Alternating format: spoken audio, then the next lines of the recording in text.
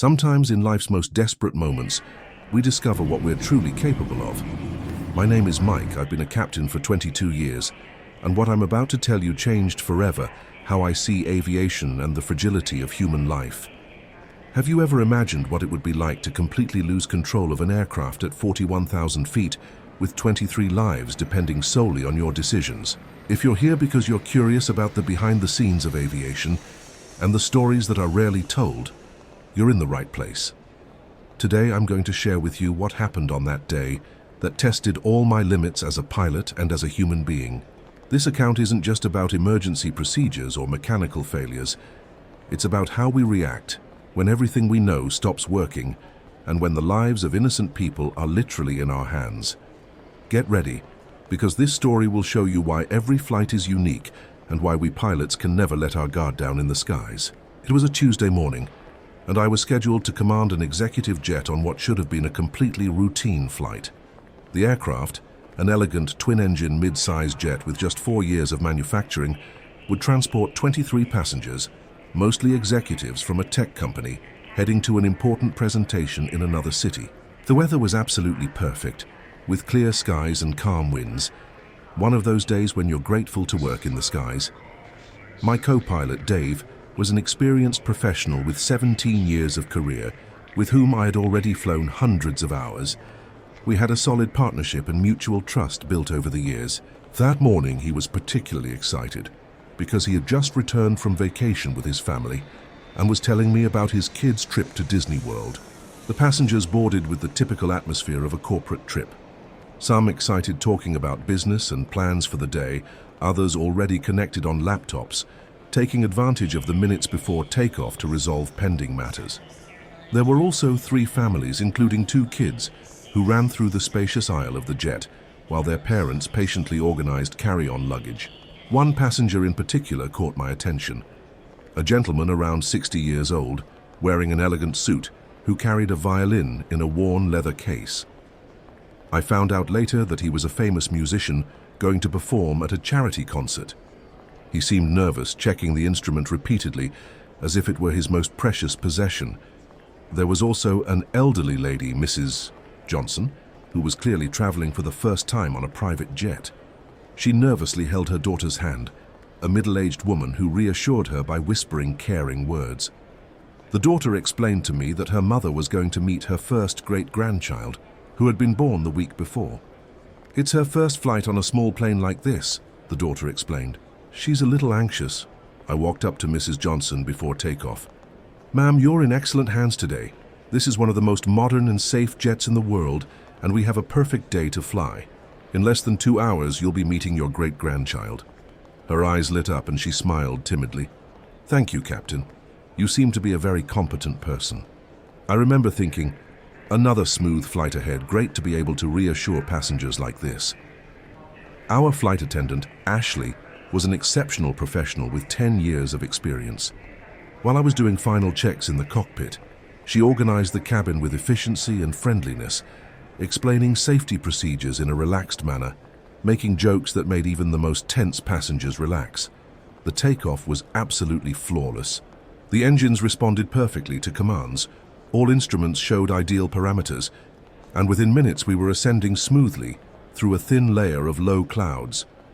The city looked smaller and smaller down below, and soon we were flying over a white carpet of clouds that extended to the horizon.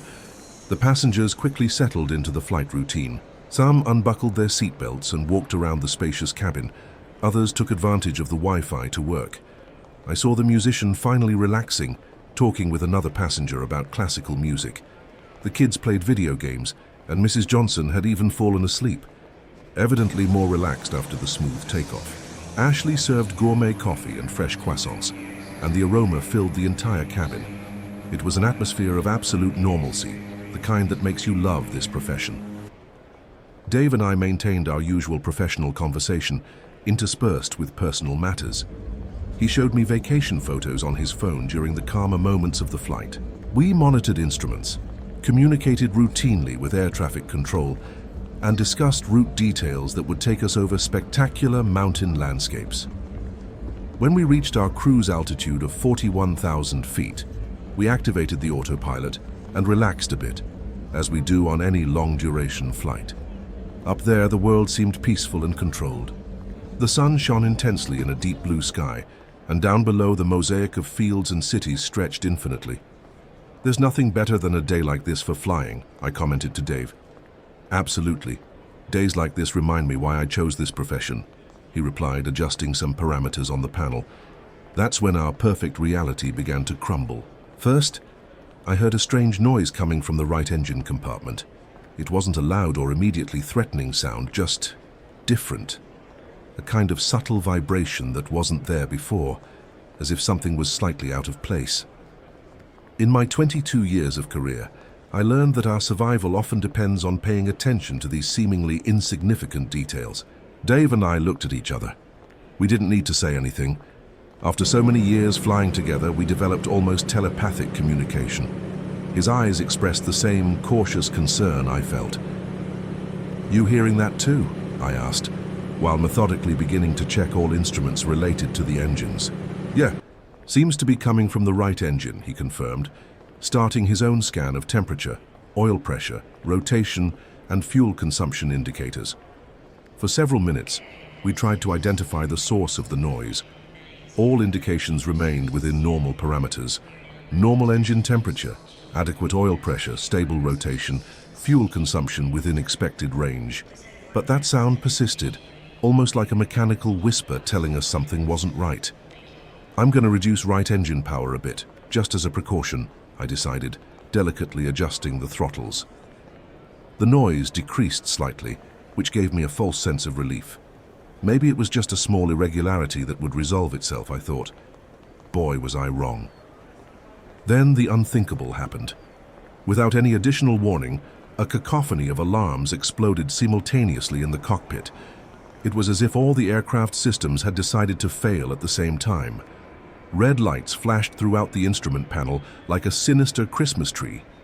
The audio warning system fired with such intensity that for a moment I was completely disoriented, my training fighting against the panic instinct that was beginning to form in my chest. But what truly froze my blood was realizing that the control yoke, which seconds before responded perfectly to my movements, was now completely dead in my hands. It was like trying to drive a car whose steering wheel had completely disconnected from the steering system. "Dave, I can't control the aircraft," I shouted over the noise of the alarms, fighting against the disbelief and terror that were beginning to take hold of me. He immediately tested his controls, moving the control yoke and pressing the rudder pedals.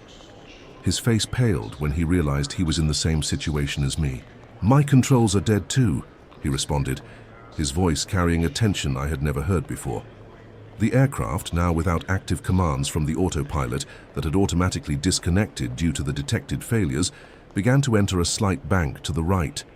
It was a terrifying sensation. Imagine driving on the highway and suddenly realizing that the steering wheel, brakes, and accelerator simply stopped working. "Main hydraulic system failed," Dave shouted, pointing to a series of indicators showing zero pressure. Zero pressure in the entire main circuit.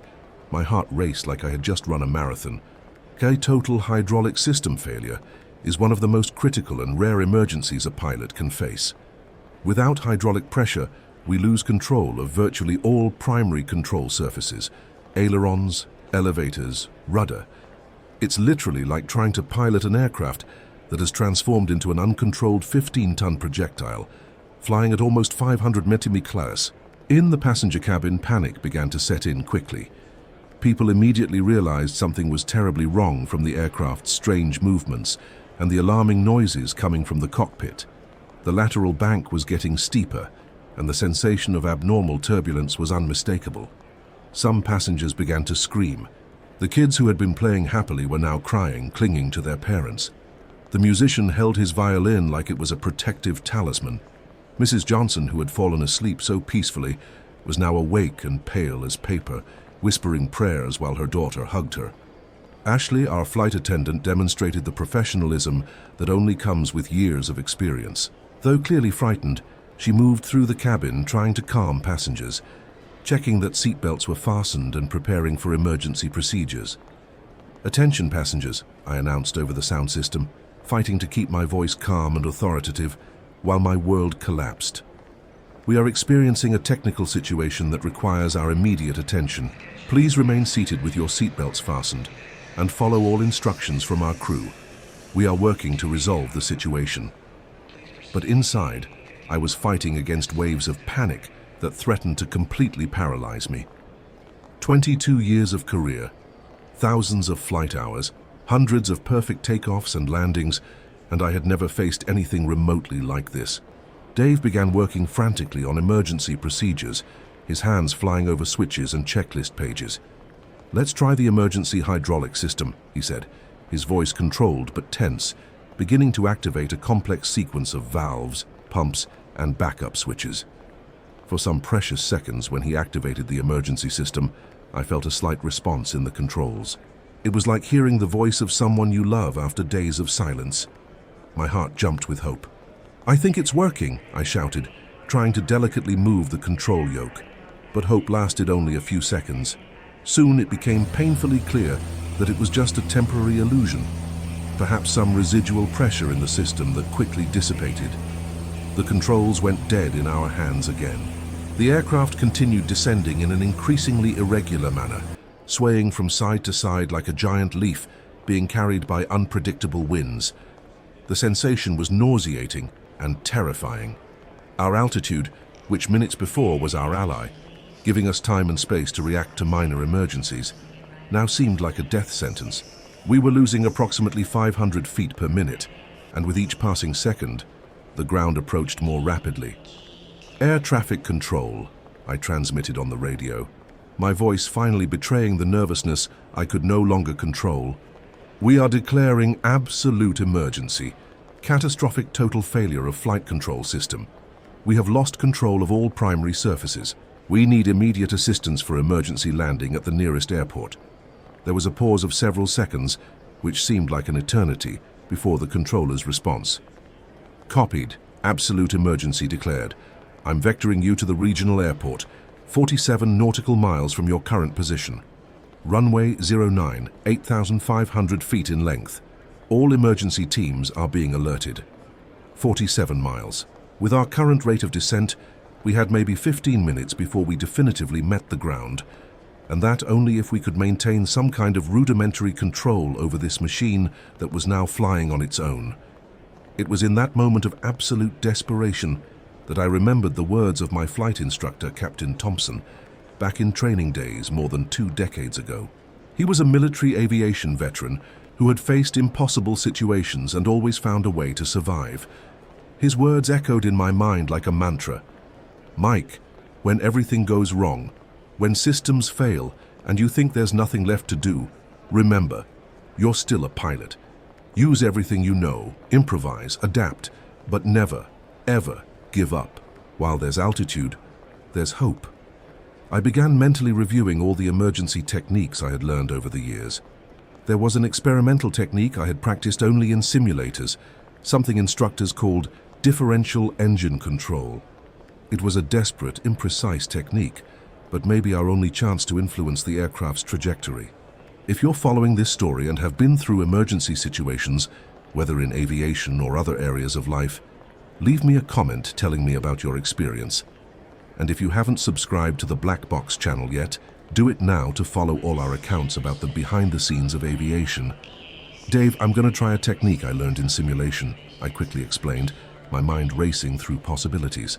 "We're going to try to control the aircraft using only the power difference between engines. When I want to turn left, I'm going to reduce power on the left engine and increase on the right. The opposite to turn right.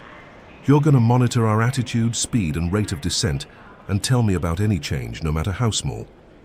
It was an extremely delicate and imprecise technique, like trying to paint a detailed picture using brushes tied to 10-foot poles.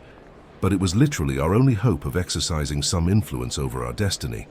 I started experimenting with small power adjustments. I slightly reduced left engine power while maintaining the right. Initially, nothing seemed to happen. The aircraft continued its irregular and uncontrolled descent. Then, gradually, I noticed a subtle change in our attitude. It was almost imperceptible, but the lateral bank decreased a few degrees. "It's working!" Dave shouted, his eyes fixed on the attitude instruments. Lateral bank decreased 3 degrees. It was microscopic progress, but at that moment it seemed like the greatest victory of my life. I continued experimenting, delicately adjusting engine power, learning to feel how the aircraft responded to each change. Slowly, very slowly, we began to have some rudimentary influence over the aircraft's direction. It was like learning to walk again after an accident, each small movement being a monumental achievement. I managed to significantly reduce the lateral bank and stabilize our descent to about 350 feet per minute. It was still a dangerously high rate. Normal would be about 500 feet per minute in a controlled approach, but at least we were no longer in completely uncontrolled fall. The passengers continued in a state of controlled panic. Ashley had explained the situation with honesty, but trying to maintain some hope. Mrs. Johnson prayed the rosary quietly, her daughter firmly holding her hand. The musician had opened the violin case and was holding the instrument as if he could find comfort in his music, even in that terrible moment. The kids, with the typical resilience of youth, had stopped crying and now observed everything with a mixture of fear and curiosity. One of them, a girl about 8 years old, asked her mother, "Is the pilot going to be able to land the plane?" The mother, visibly struggling to maintain composure, replied, "He's going to do his best, sweetheart. We're going to trust him." That exchange, which I heard through the internal communication system, gave me an extra dose of determination. It wasn't just lives I was carrying. It was dreams, hopes, families wanting to go home. "Airport in sight," Dave shouted, pointing through the windscreen. 2 o'clock, approximately 15 miles. I could see the runway on the horizon, a clear straight line cutting through the green landscape. From our current altitude, it seemed impossible that we could get there, and even more impossible would be managing to land safely using only engine control. "Control requesting foam on runway and all available emergency teams," I transmitted, my voice now carrying an urgency I could no longer disguise. "We have no normal control of any command surfaces. The landing is going to be extremely unconventional." Copied. All emergency teams are positioned. Firefighters, paramedics, and rescue teams are ready. Runway cleared for emergency. Wind calm, unlimited visibility. You have all the favorable conditions we can offer. At least the weather was completely in our favor. We didn't have to deal with crosswinds, rain, or low visibility, in addition to all the other problems we were already facing. When we were about 8 miles from the runway, I realized our trajectory was slightly misaligned. Using the differential engine control technique, I began a slow and gradual correction. It was an agonizingly slow process. Each correction took almost a minute to manifest in the aircraft's trajectory. "Speed is 25 knots above normal," Dave alerted, and our rate of descent increased to 400 feet per minute. Without flaps and without normal surface control, we were descending like an elegant stone, but still a stone. The excessive speed meant the landing would be even more violent than we already expected. At 5 miles from the runway, I made one of the most difficult decisions of my career.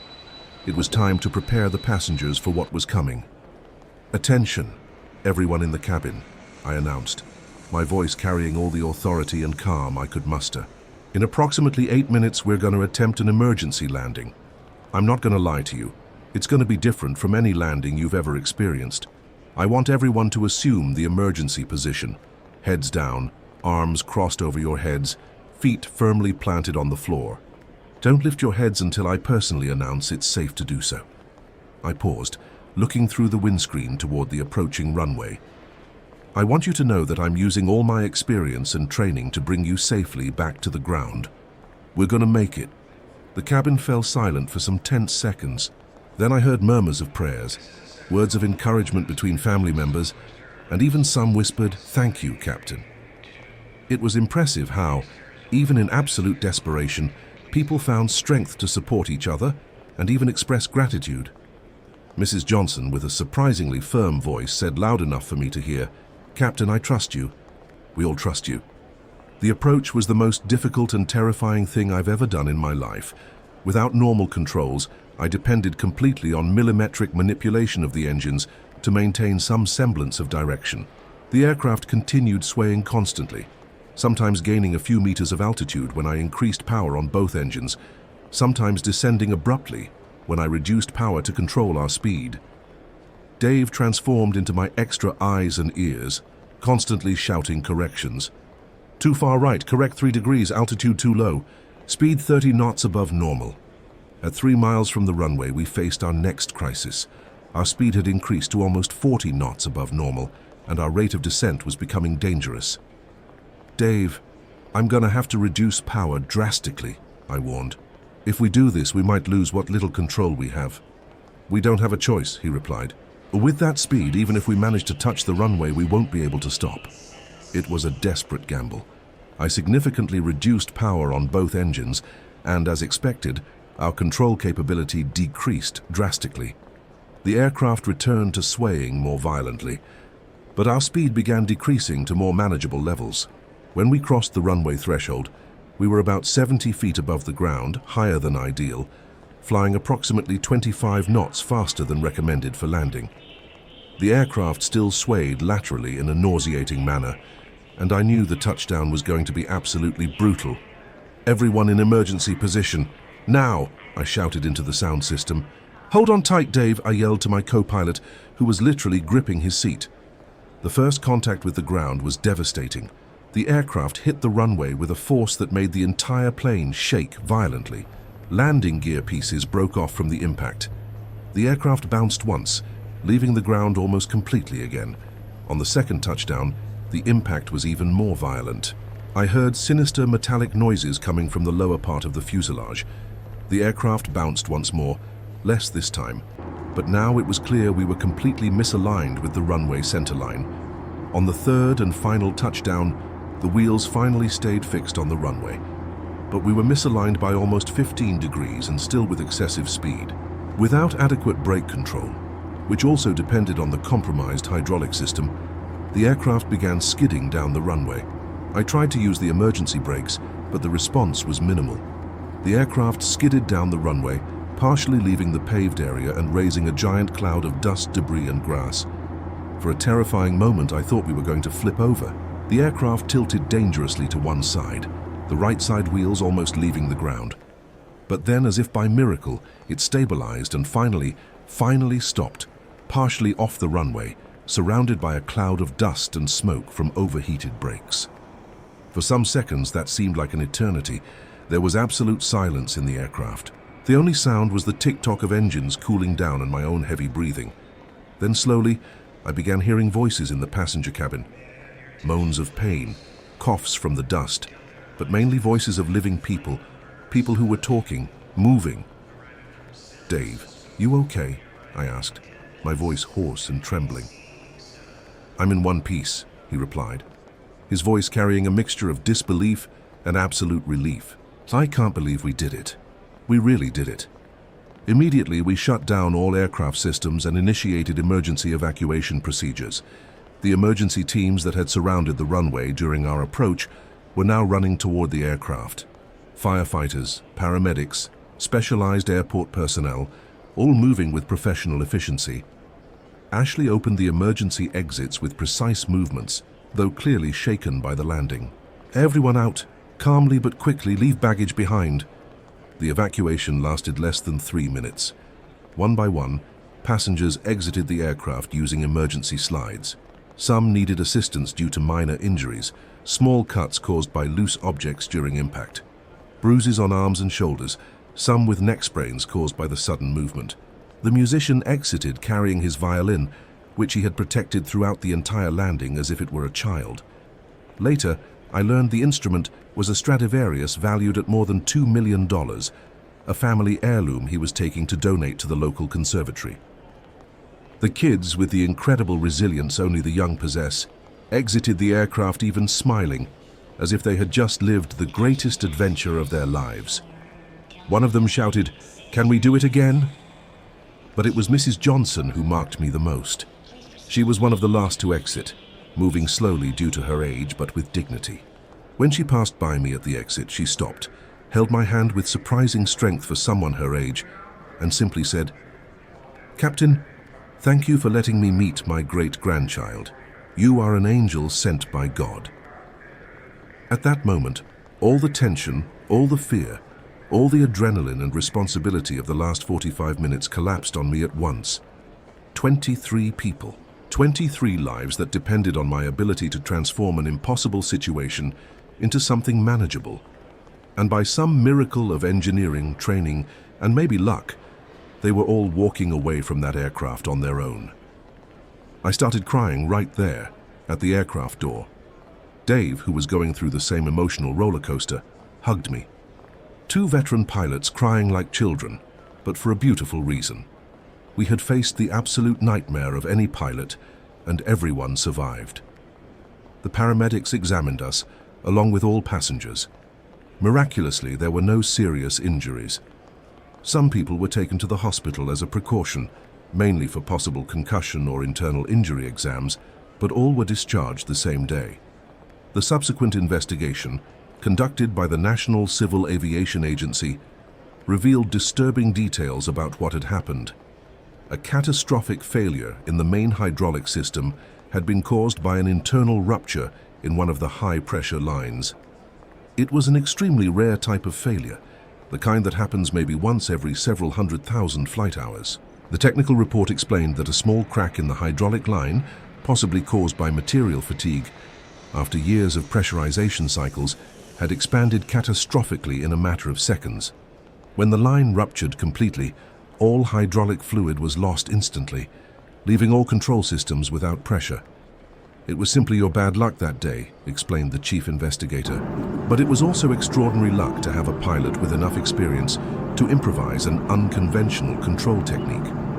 More importantly, the investigation confirmed that the techniques we had used, differential engine control and energy management, had been executed textbook perfect. Subsequent simulations performed with experienced test pilots showed that our approach had been not only correct, but probably the only one that would have resulted in a survivable landing. We also discovered that the emergency simulations we do regularly, the recurrent training that sometimes seems repetitive and excessive, and the procedures we memorize like prayers, all of that had worked exactly as designed. Constant training had created muscle memory and a thought process that worked automatically, even under extreme stress. If you're enjoying this story and want to hear more accounts like this, don't forget to subscribe to the Black Box channel and hit the notification bell. Stories like this show why aviation is one of the most fascinating and challenging professions in the world. A few weeks later, when I was flying normally again, I began receiving letters and emails from several passengers on that flight. Each one touched me deeply. One of the letters, written by the executive who led the business group, said, "Captain Mike, I will never forget your calm voice during moments of absolute panic. Your competence and serenity gave us hope when we thought everything was lost. You showed us that heroes really exist and sometimes wear pilot uniforms. Mrs. Johnson's daughter sent me a photo of her holding the newborn great-grandchild with a note. Captain, my mother says you were an angel that day. Thanks to you, my son is going to know his great-grandmother. We don't have enough words to thank you." The musician wrote me one of the most touching letters. "Captain, during the landing, all I could think about was that if we died, at least I would die with my violin in my hands, together with the music I love so much. But thanks to you, now I can continue making music for the rest of my life. The charity concert was dedicated to you and your crew. Hero? I still don't know if that's the right word. Throughout that entire experience, I was terrified, full of doubts, fighting against waves of panic every second. My hands were shaking, my heart was beating so hard I thought it would explode, and there were moments when I doubted whether we could survive. But maybe being a hero is exactly that, doing what needs to be done even when you're scared to death inside. Maybe heroism isn't the absence of fear, but right action despite the fear. Today, whenever I go through a pre-flight inspection, I check hydraulic systems with almost obsessive care. Whenever I brief new co-pilots about emergency procedures, I tell parts of this story. And whenever I see a nervous passenger boarding, I remember that we carry much more than people from one place to another. We carry dreams, hopes, families going home, great-grandmothers going to meet great-grandchildren, musicians taking art to the world. Aviation taught me many lessons over the years, but that day taught me perhaps the most important one of all. No matter how well we plan, how modern our equipment is, or how experienced we are, something completely unexpected can always happen. The difference between a tragic ending and an ending like ours often lies in constant preparation, rigorous training, and the ability to maintain some mental functionality when everything is collapsing around you. That afternoon, after all passengers were examined by doctors and cleared to continue their travels, Dave and I sat in the airport lobby, still mentally and emotionally processing everything that had happened. The silence between us lasted several minutes. Finally, he asked, "Mike, have you thought about stopping flying after this?" I reflected carefully before answering, because it was a question that deserved an honest answer. "No, Dave. If anything, this showed me exactly why I need to keep flying. Every flight is an enormous responsibility, and I can't let fear prevent me from doing what I know how to do best. Besides," I smiled for the first time since the accident, "now I know I can face the worst possible scenario and still bring everyone back home. And that's the reflection I want to leave with you today. In life, we all face moments where we feel we've completely lost control, where circumstances conspire against us, and where there seems to be no possible way out. It might be a professional crisis, family problems, financial difficulties, or health issues. But even in the most desperate moments, there's always something we can do. There's always a way to fight, to try, to not give up. Sometimes the solution isn't obvious. Sometimes we have to improvise, use resources we didn't know we possessed, find strength in places we never imagined existed. That day, at 41,000 feet altitude, I learned that courage isn't the absence of fear. Courage is doing what needs to be done, despite paralyzing fear. It's maintaining some mental functionality when everything around you is in absolute chaos. It's trusting your training and experience even when all your traditional certainties collapse. I also learned about the importance of constant preparation. All those recurrent trainings that sometimes seem boring or unnecessary, all those simulation hours we practice repeatedly, all those procedures we memorize until they become second nature. All of that can be the difference between life and death when reality becomes stranger than any simulation. The skies can be unpredictable and sometimes hostile, but our determination to face any challenge can be even stronger. So tell me, have you ever faced a situation where you felt you had completely lost control? How did you react? How did you find strength to continue? What resources did you discover you possessed when you thought you had nothing left? If this story made you reflect on your own experiences, if you know similar cases of aerial emergencies, or if you simply want to share your thoughts about how we face extreme situations, please share in the comments. Let's create a community where we can learn from each other, whether dealing with challenges in the skies or facing obstacles on the ground. And don't forget, if you made it this far in the story, it's because you really are interested in the behind the scenes of aviation and the life lessons we can learn through these extreme experiences. Subscribe to the Black Box channel for many more accounts like this one you just heard. Every story we share here has a lesson, a reflection, a demonstration that human beings are capable of extraordinary things when the situation demands it. Until the next story, keep flying high, whether literally or metaphorically.